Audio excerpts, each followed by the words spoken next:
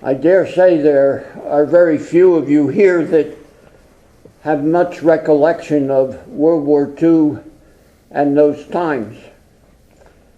I know I myself have a very vague recollection of the 40s. I remember a few things. I was born in the 40s, but I was much too young to remember much. But the 40s and 50s were a very different time than what we have today in the world. In the 40s and 50s, there seemed to be a center on family, neighborhood, community. Things were leisurely.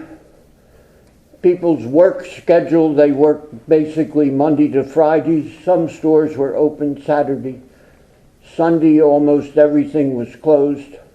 I remember baseball, the A's and the Phillies had to play between 1 and 7, and at 7 on the dot, they suspended games that they were playing. Much different today. Stores are open 7 days a week. Some are open 24/7. The idea of neighborhood community has kind of disappeared. In the 50s and 60s, as the war-returning veterans had their children and families, schools and communities kind of grew up. A lot of extra schools were built. Young people began to move away from home. And the whole idea of what was very simple family, community, just kind of disappeared, and, well, not disappeared, but changed in the way things went about.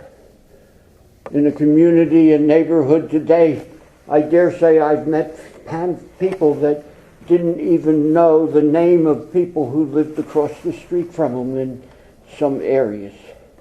And that is a big change. In the area of technology and knowledge, there's been an explosion. I remember the beginning when Sputnik went up and you heard on the radio this beep, beep. That was Sputnik. That's all it did, actually. But that began the space race and computers and everything that we have today. Is it good? I don't know. But it raises the question, what is Christianity today? It was very simple in that time. Everything centered at home, mom and dad, the family, the community church close by. Today, it's not quite like that.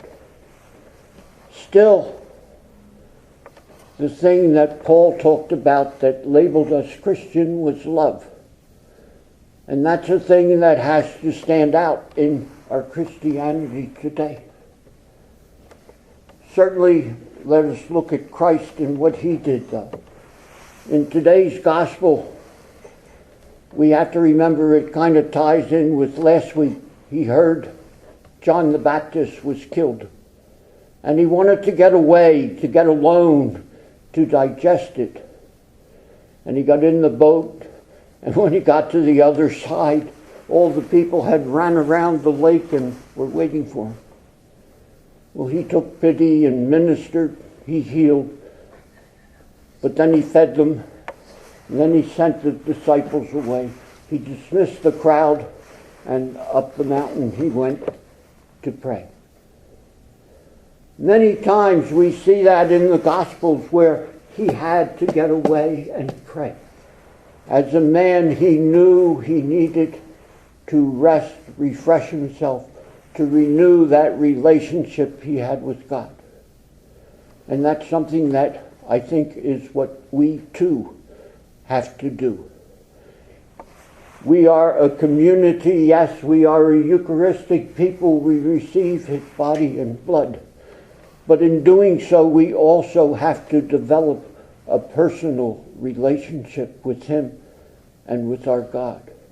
It is the way that we seek out and the way we make our journey. It's not easy. in today's world. Many travails, many trials, many things come up.